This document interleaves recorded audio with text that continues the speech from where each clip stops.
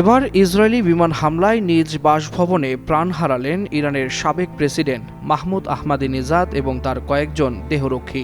Iranian labour news agency ILN এর বরাতে এই খবর প্রকাশ করেছে দ্য জেরুজালেম পোস্ট।